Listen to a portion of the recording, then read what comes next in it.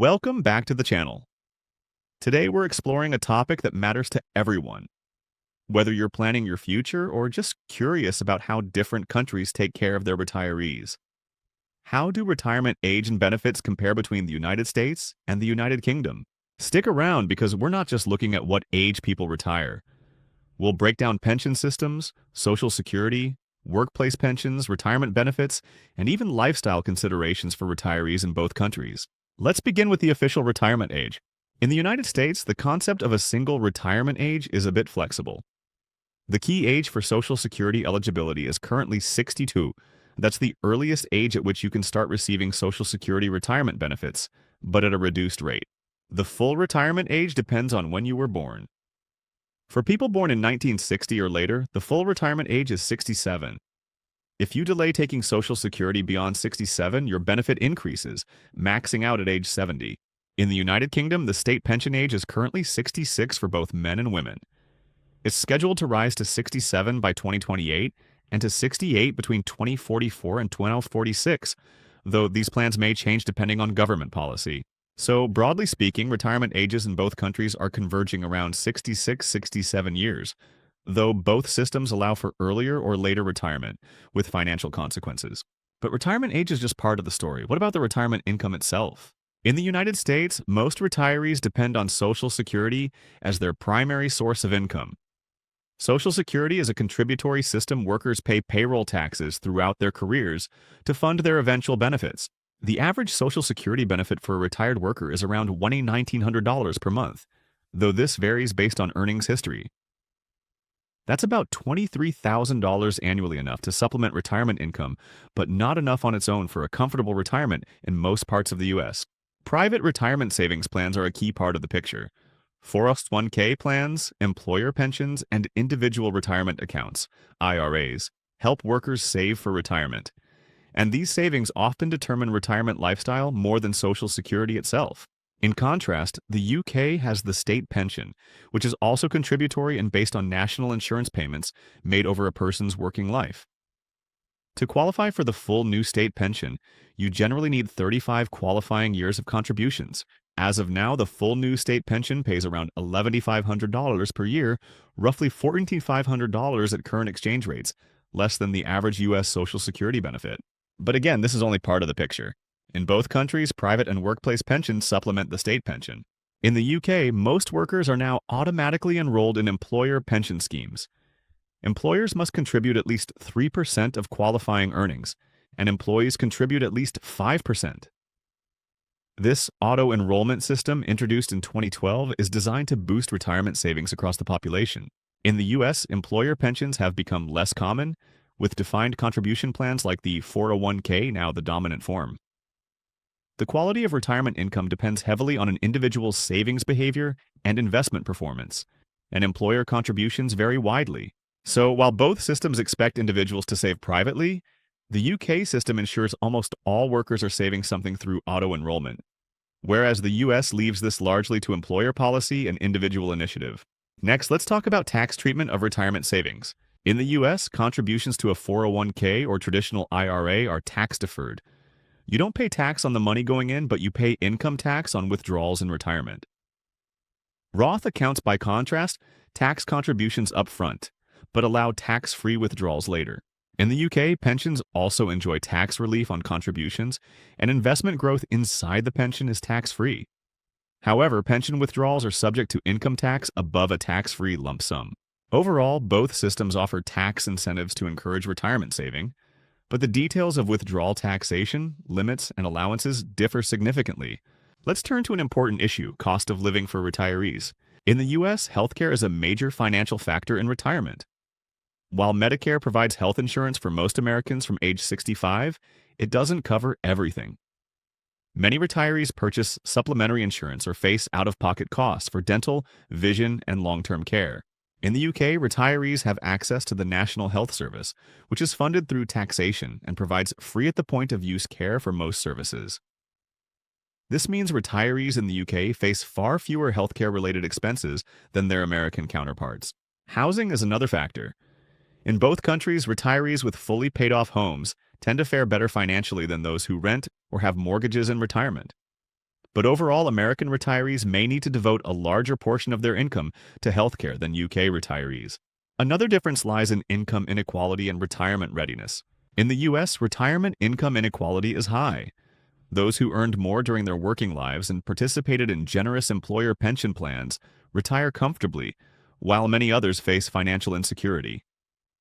Roughly half of Americans aged 55 and older have no retirement savings at all. In the UK, the introduction of auto-enrollment has helped reduce this inequality somewhat, but a significant portion of retirees still rely primarily on the state pension and modest workplace pensions. Work culture also influences retirement patterns.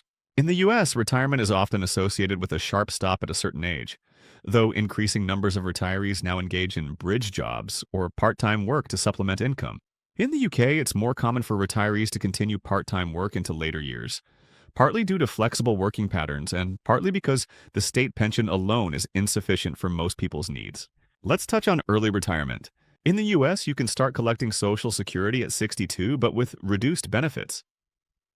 Many people aim for the FIRE lifestyle financial independence, retire early, but this depends entirely on personal savings and investments. In the UK, private pensions can generally be accessed from age 55, rising to 57 in 2028, though this usually means smaller payouts due to reduced years of contribution and longer expected retirement. Finally, there's the question of retirement quality of life. Both countries offer vibrant communities, services, and activities for retirees, but cost and access vary widely. In the US, where you retire matters hugely. Florida, Arizona, and other states offer retiree-friendly policies, and communities but healthcare costs remain a concern. In the UK, coastal regions and smaller towns attract many retirees, with lower living costs than London and ready access to the NHS providing a safety net. Before we finish, let's explore how demographics and longevity are shaping retirement policy in both countries. In the United States, life expectancy at birth is currently around 77 years, though this varies by demographic and geography. For those reaching retirement age, life expectancy can stretch well into the 80s, meaning many retirees can expect to spend 20 or more years in retirement. In the UK, life expectancy is slightly higher, around 81 years at birth, and also climbing over time. This means governments in both countries face similar challenges: an aging population, more retirees relative to the working age population, and rising costs for pensions and healthcare. As a result, both countries have been gradually increasing retirement ages over time and are likely to continue doing so in future decades. This reflects a fundamental issue. Modern retirement systems were designed when life expectancy was much lower, and both systems are under pressure to remain financially sustainable. Let's take a closer look at how much retirees can expect to live on in practice. In the US, while the average Social Security payment is around $1,900 per month, this can vary widely based on lifetime earnings. The maximum benefit for someone who delays retirement until age 70 is about $4,800 per month, a substantial income but achievable by relatively few people. In contrast, lower-income workers receive smaller payments, and there's a worrying reality. Many Americans, particularly women and minorities, retire with insufficient savings, often relying entirely on Social Security. In the UK, the full new state pension of about $220 per week is modest by international standards. It provides a basic level of security, but isn't designed to sustain a comfortable standard of living on its own. This makes private pension savings especially important for UK workers, and the government's auto-enrollment system is intended to ensure that more people accumulate these savings throughout their careers. Let's now explore how inflation impacts retirees in both countries. In the US, Social Security benefits are indexed to inflation via cost of living adjustments, or COLAs. This means that retirees' benefits rise in line with consumer prices, helping to protect their purchasing power over time. However, healthcare inflation often outpaces general inflation, leaving retirees exposed to rising medical costs even as their Social Security benefits adjust. In the UK, the state pension is uprated annually using the triple lock mechanism. Pensions rise by whichever is highest inflation, average earnings growth, or 2.5%. This policy has helped maintain retirees' purchasing power in recent years, though there's been ongoing debate about whether it's financially sustainable in the long run. Let's touch on housing equity as a source of retirement funding. In both countries, many retirees rely heavily on the value of their homes as a store of wealth. In the US, reverse mortgages allow older homeowners to convert home equity into cash income. However, reverse mortgages come with fees, conditions, and risks, and they're not suitable for everyone. Downsizing is another common strategy, selling a large family home to buy a smaller, less expensive property and freeing up capital for living expenses. In the UK, equity release schemes serve a similar purpose. Many older Britons have substantial wealth tied up in property, especially those who bought homes decades ago when prices were much lower. As in the US, downsizing is common, and equity release products offer a way for retirees to convert property wealth into income while staying in their homes. This reflects an important similarity. In both countries, homeownership significantly improves retirement security, while renters face more financial vulnerability in later life. Now, let's talk about social programs for retirees beyond pensions. In the U.S., Social Security also provides spousal and survivor benefits, designed to protect spouses and dependents of deceased workers. This ensures that widows and widowers have some income security, even if they didn't work full careers themselves. However, means-tested assistance programs such as Supplemental Security Income, SSI, provide minimal support and require beneficiaries to meet strict asset and income tests. In the UK, pensioners may also be eligible for additional support through means-tested programs like Pension Credit, which tops up low incomes to ensure a minimum standard of living. There are also entitlements such as free prescriptions, free bus passes, and winter fuel payments for older adults, helping reduce the burden of everyday expenses. These additional programs make retirement security for the lowest income retirees somewhat stronger in the UK, where there's more universal access to benefits beyond the state pension. Let's quickly examine retirement planning culture. In the US, there's a strong cultural emphasis on individual responsibility for retirement planning. The financial services industry is large, sophisticated, and heavily marketing-driven, encouraging individuals to invest in IRAs, annuities, stocks, and mutual funds. In the UK, while financial planning is growing, there's historically been less focus on private investing and more reliance on employer schemes and property wealth.